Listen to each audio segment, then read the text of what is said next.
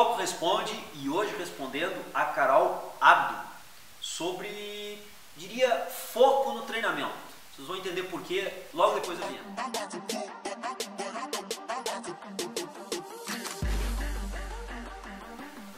Bem, pessoal, o Treino Foco Responde hoje, a gente vai tentar contribuir com uma seguidora do Treino Foco que interage bastante com a gente. A Carol, acredito que seja Abdo, a forma que se pronuncia. Ela nos mandou uma mensagem perguntando algumas questões bem interessantes que muito provavelmente pode ser um problema de você também, seguidor do Treino Foco, que está trabalhando nas academias. Vejam bem as colocações da Carol. Professor, me dá uma dica como montar um treino de hipertrofia para um aluno de 39 anos que precisa aumentar seu volume muscular, mas que por mais que eu explique que as atividades estão em excesso, ele não deixa de praticar jiu-jitsu e crossfit, que pratica segunda e terça. Sugeri que ele descansasse quarta e treinasse musculação na quinta e sexta. Pergunta: mantendo o crossfit e o jiu-jitsu segunda e terça, melhor seria fazer musculação na quinta e na sexta, ou descansar quarta e fazer musculação de quinta e sexta mesmo? Difícil treino de hipertrofia assim, né? Obrigado.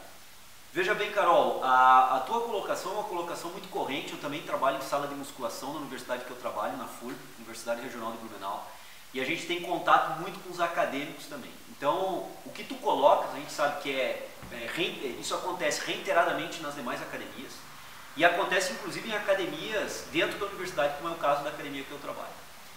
As pessoas, nesse caso, a interpretação que nós temos aqui no Treino em Foco é a falta de foco das pessoas em uma atividade.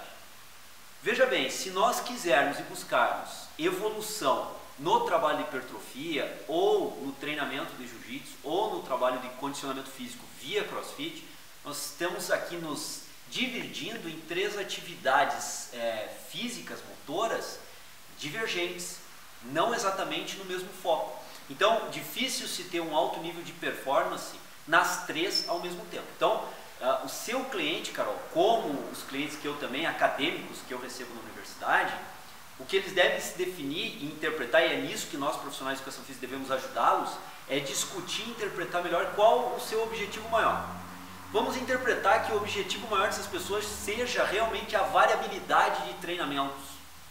Ou seja, a pessoa busca alguns dias da semana um trabalho de hipertrofia, busca em outros dias da semana conciliar também um trabalho de jiu-jitsu, 2, 3 vezes na semana. Busca também alguns dias da semana fazer um trabalho diferenciado, um trabalho diferente, talvez mais motivador ou não, mas um trabalho diferente de crossfit.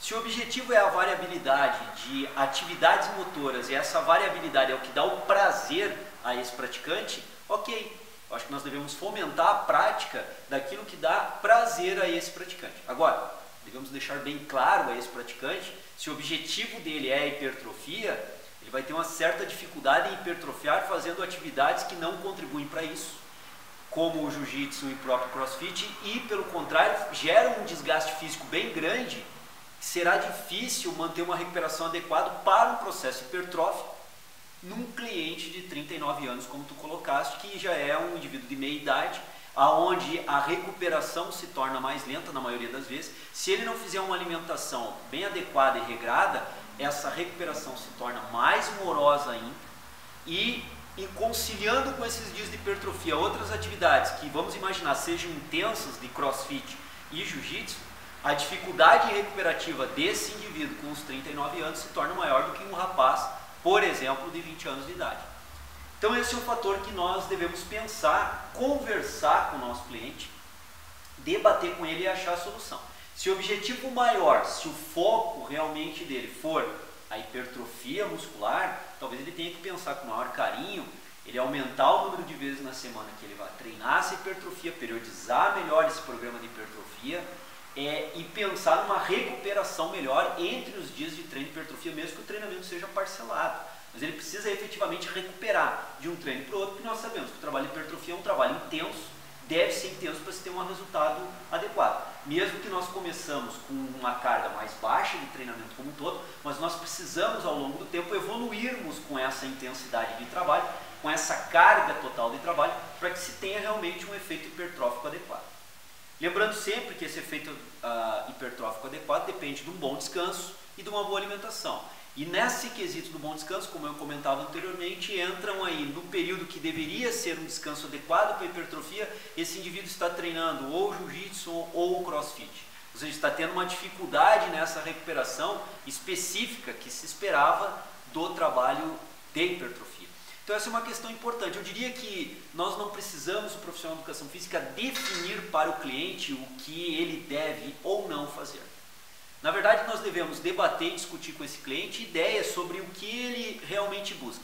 Variabilidade de práticas esportivas, e isso é o que leva ele a fazer a prática esportiva. Em alguns momentos da semana, como eu disse, fazer a prática da hipertrofia, em outros momentos o jiu-jitsu, em outros momentos a prática do crossfit. Se isso é o que mexe com ele, se isso é o que leva ele a fazer a atividade, que ótimo! Então nós temos que periodizar o treino semanal, fazermos microciclos de treinamento que organizem essas metodologias de treinamento ao longo desse microciclo de treinamento, já que isso é que leva efetivamente essa pessoa de 39 anos a fazer esse exercício ou se exercitar. Agora, se o enfoque maior for hipertrofia, mais uma vez, devemos conversar, dialogar com esse nosso cliente e tentarmos, através de argumentos sólidos, mostrarmos para esse cliente que ele terá que pensar com maior carinho, um enfoque maior na hipertrofia, na sua alimentação, no seu descanso, evoluirmos de uma forma forte com as cargas de treino, diria até agressiva com as formas de treino, com as cargas de treino, para hipertrofia, e com isso ele vai ter que, de repente, abrir mão de uma dessas atividades, ou talvez até das duas por um período de tempo, talvez, até que ele consiga efetivamente resultados sólidos com o trabalho de hipertrofia. Então, Carol, e você, seguidor do Treino em Foco, talvez também tenha contato com clientes de academia que tenham a mesma visão ou a mesma dinâmica, variabilidade de atividades que não permitem uma evolução forte em uma dessas condições. O que nós devemos, e essa é a defesa agora que eu taxativamente esclareço o Treino em Foco, é não definirmos o que a pessoa deve ou não fazer. O que nós entendemos é que nós devemos debater com a pessoa formas, ideias de o que e como fazer e encontrarmos com essa pessoa a solução mais adequada para o caso dela.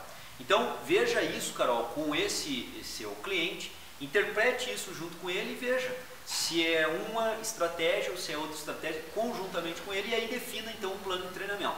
Acho que essa é a ideia fundamental que você tem que ter. Se há necessidade desse foco maior na hipertrofia. Claro que se ele dividir os programas de treinamento entre diferentes treinos, não vamos esperar aqui resultados hipertróficos significativos, treinando hipertrofia 2 vezes por semana e os outros 2, 3 dias da semana, fazendo outras atividades motoras que não têm uma contribuição tão significativa assim.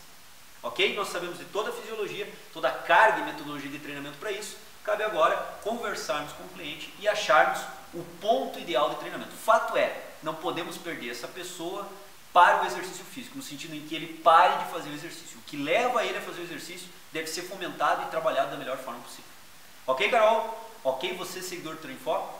Espero ter contribuído com vários seguidores do Treino em Foco que muito provavelmente, como eu também, já tiveram contato com clientes com essas características e essas dificuldades, às vezes, de pensar a sua rotina de treinamento.